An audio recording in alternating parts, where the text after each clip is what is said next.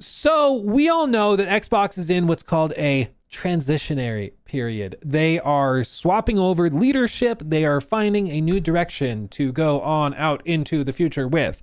All of that is being headed up by Asha Sharma, the new head of Xbox. She's brought in some of her own people. She is trying to figure out what they should and shouldn't be doing. Notably, her first big decision was to go away from the "This is an Xbox" campaign that was championed by Phil Spencer and Sarah Bond. She cut that. It was one of the first things she apparently did. After that, she's been trying to, according to reporting from various outlets like Windows Central, she's trying to actively cut red tape. So previously, there were all sorts of different approvals from tons of different departments that you'd have to go and receive before you could do like an update for the console's UI. Like, for example, fans were requesting for years to be able to customize the color of the highlights in the Xbox dashboard, but you couldn't. And so it seems like a really simple thing to do compared to everything else that they do. But it took years and years and they weren't doing it. Asha takes over. Within a matter of weeks, they've added it as a feature, along with like manually deciding which games go into the quick resume bucket, because there's some games like maybe live service games you don't want to quick resume into because you want them to be able to do patches overnight and stuff like that, which it can't do if it's still booted up and running. So like quality of life improvements that have been requested for years, she's gone in, cut the red tape to just try and get them out. One of the other things that she's apparently done is listen to a lot of fan feedback. They've done a lot of surveys. Some of you guys might have even received some of them and filled them out. But one of the things that she's seen is that there is a lot of desire for more transparency and a lot of desire for community-driven events and for the brand to build itself in a way that's like fun for players and that is not so clearly directed by just cost-cutting measures, which is why it's interesting what they revealed today. Okay, so the Xbox Game Showcase was just revealed.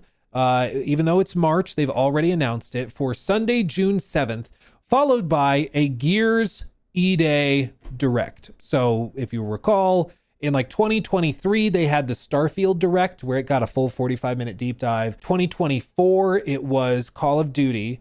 They got the deep dive Direct. And then last year, it was Outer Worlds 2.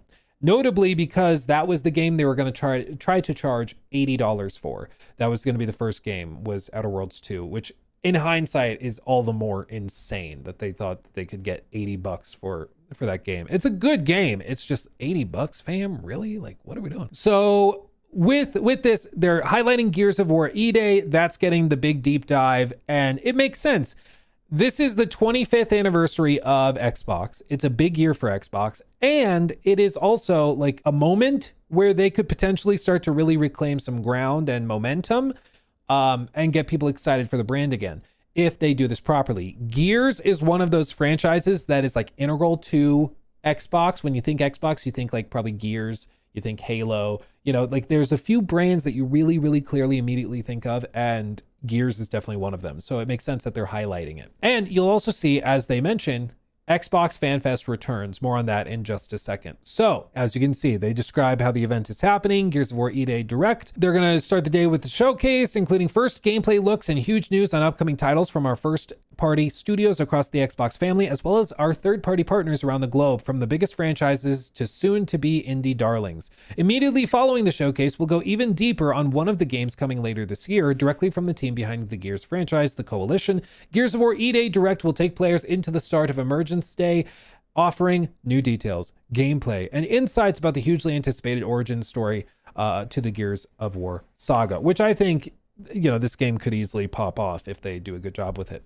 To help celebrate Xbox's 25th anniversary, we're excited to bring back Xbox FanFest at the showcase. This year's experience will include a look back at the last 25 years alongside a forward view of what's next. Enter for your chance to win free tickets to attend here. They're doing a giveaway for tickets. To be clear, this is something that they apparently dropped last year, and it's basically like a big fan community meetup thing where they all celebrate the brand together, and it's like a big event, kind of like a mini E3, right? And they cut it last year, presumably because of costs. It was going to be really expensive, and they were like, and so they didn't bother with it. And now they're bringing it back.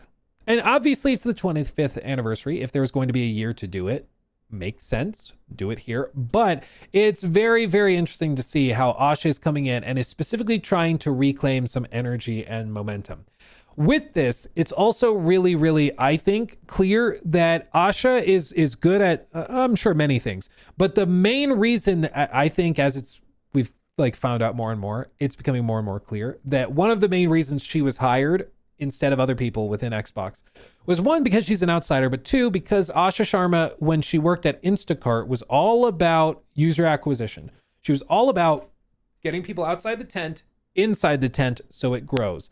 That's what she's really, really good at. That's why she was originally hired at Microsoft. And it seems like that's what they're hoping she does here. And her approach seemingly is pretty simple. Ask fans what they want and then give it to them. Be transparent. And even if some things are going to be a little expensive, if it costs $1 million, but it gets you $5 million worth of goodwill, in the long term, it's worth doing it. What I think started to happen towards the end of Phil Spencer and Sarah Bond's time at the helm was that, like, they had just been beaten up in the press for so many years and morale was so low and everybody was just like, yeah, Xbox is dead. They killed it. Okay, there it is. Like, that was the meme for years, was that Xbox is dead. Like that was the meme that everybody ran with. And like, is it technically true? No, they still make millions and they have massive studios, but the vibe was there. The brand of Xbox was dying, you know? And I think that at some point it just broke their spirits, dude. Like, I think at some point they were just like, why would we do a big event for everybody to come and gather just for, you know, us to be announcing, yep, come celebrate Xbox, but everything's an Xbox, including PlayStation. So like, if you want to play the games, you can be on PlayStation. So why come to the Xbox event? It just, the, again, identity of the brand was just bizarre. And it just was floundering. And so I think what Asha's doing now is trying to actually build the brand back up into something. What that something is remains to be seen. And I think that there's maybe some wishful thinking when it comes to a lot of this. Xbox diehard fans have made it very, very clear that if the brand wants to really have its own foothold in the industry, it needs to have exclusives, at least in one way or another. Now, does that mean that like Call of Duty stops going to PlayStation? No, I don't think so. But I think that they need to have very clear lines and it needs to be clearly communicated when something is going cross-platform and when something isn't. Maybe do what PlayStation's doing. And it's like single party stuff, or first party stuff rather, and single player stuff. That goes on the Xbox console and hardware, it goes on Game Pass, whatever. But live service stuff where player counts are really, really crucial, that goes everywhere. So Call of Duty will go everywhere. You know, if it's something massive like Forza, that goes everywhere. But Fable, I know they've already announced it for PlayStation, so that's probably a bad example. But like Elder Scrolls 6, maybe that stays as an exclusive within the ecosystem and platform. But it's got to be consistent and clear across the board. That's been one of the big problems for Xbox, is that nobody freaking knows what's going on. I think the reason it felt like that was because they also did not know what was going on. It was constantly changing. You remember how back years ago, Phil Spencer, when they were first discussing like the potential for bringing games to PlayStation, it was 4 games. It was, we're bringing 4 games to PlayStation. And before long, it was everything's going to PlayStation.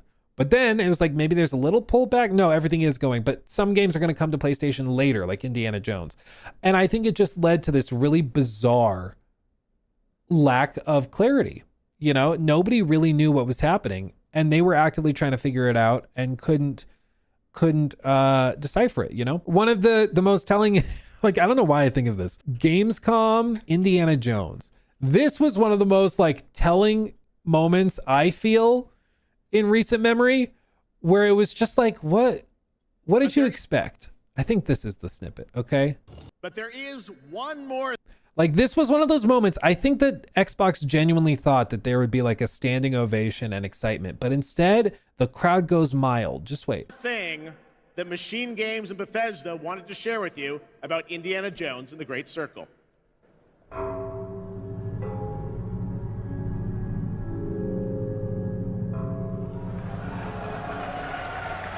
The game's coming to PlayStation 5 in spring of 2025. It was just like, okay. It's just kind of weird, you know? It just didn't really land that way.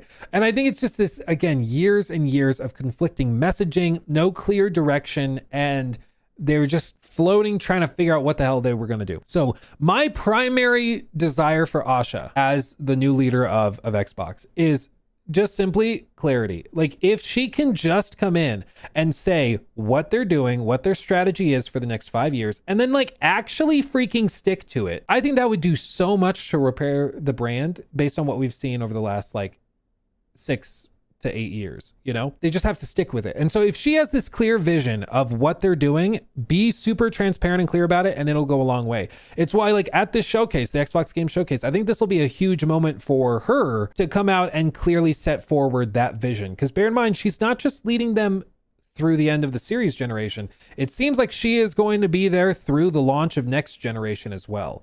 And so she is trying to fight a massive uphill battle. She's trying, avoid the 6-7. That's literally why I said 6 to 8 years. I was like, I'm not going to say 7. That's going to be the key, is like to actually try and fully reboot this and reclaim some momentum and start gaining some market share again. But she's got to have a clear vision. My personal expectation for what she's going to do is I think that they will still have cross-platform stuff. I do think that is going to be there. I think she has heard the clear messaging and feelings that there needs to be some level of exclusivity with the brand. Otherwise, the brand just, it doesn't mean a lot. Does that mean that Elder Scrolls 6 has to be exclusive to the Xbox console? No, it can also come out on PC, for example. But when everything is an Xbox, nothing is. When everything is an Xbox and Xbox just becomes a publisher, you shouldn't be surprised when there's not like diehard Xbox fans anymore, which is what was seemingly happening, is that they were treating it as if they were just like EA or Activision and that they're just a publisher. And then they were like, why is nobody buying a console? Why is nobody signing up and joining our ecosystem? Why are we getting clowned on in social media? And it's like, because your brand is basically nothing at this point. So I think that she's got a tough hill to climb, but she is moving quickly. She is making things happen, and she is responding directly to feedback in a very tight and immediate way, which is exactly what they need. And perhaps more than anything, the best indicator is that in 2026, whenever a new corporate executive gets appointed, there is much moaning and gnashing of teeth. Okay. It is very, very rare to have a new CEO come in and for there to not be massive turnover, for people to like actually be excited by it. One of the things that's happening in the corporate world right now, to just bear in mind, one of the biggest things that's happening in the world right now, in the world of tech and the stock market in general, is that Apple is seeing a flood of people retiring and leaving the company. Tons of executives are leaving and headed out. So you can see key executive departures: Kate Adams, Lisa Jackson, Alan Dye, Jeff Williams, John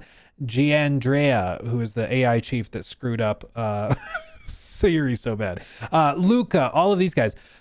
But one of the reasons that they think that's happening is because they're about to have a pretty major thing happen. It looks like Tim Cook is set to retire in the next 12 months. And when he retires, the data is something crazy. It's like 70% of the time when a new CEO comes in, like half of their immediate executive cabinet leaves within 12 months. Or I think it's within 6 months. I'd have to double check the study. But they did research on all these big corporations. And when you get a new CEO, it's common for the whole executive team to leave because either they're pissed they got passed over for the promotion, they don't like the new guy, they don't like the vision of the new guy, whatever it is. So he is going through this process with a bunch of people retiring, a bunch of the executive suite being moved around and reshuffled and stuff to prime it for the next CEO to take over, put their people in charge and move forward. And that's what typically happens. With Xbox, though, it was like a very quick, sharp cut off, the head of the snake with Phil and Sarah. And then they're just going to try to stick another one on and see how it goes. Maybe it works great. Maybe it doesn't. We'll see. Really curious who is taking over after he leaves.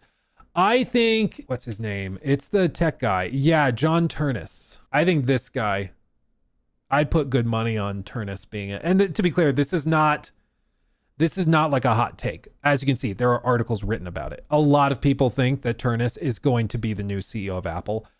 Time will tell. But yeah, I think he's gonna take over personally. That's my guess. So I think that Xbox is primed. They have a lot of things going for them. They could find some success with it, but it is an uphill battle. And I think if they want to see big results, they got to make big moves. And that's what I'm hoping that she's willing to do. But it does seem the fact that she immediately, canned the "this is an Xbox" campaign, I think that shows she is not thrilled with how things are going, and she's been brought in to change stuff. She was not brought in to keep things going the way they were. If they wanted to keep things going the way they were, they would have just promoted Sarah Bond to CEO and left it. That's how they would have left it. But instead, they've gone this other direction. And again, I think it's just a prime example of, it doesn't matter what you think about, the cross-platform push that Microsoft made. It doesn't matter what you think about this or that. At the end of the day, what they were doing was not working. Clearly,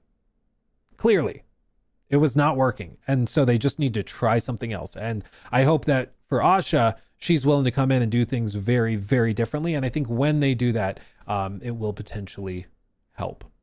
But we'll see. Maybe all of this is just building into a Starfield sequel. Maybe.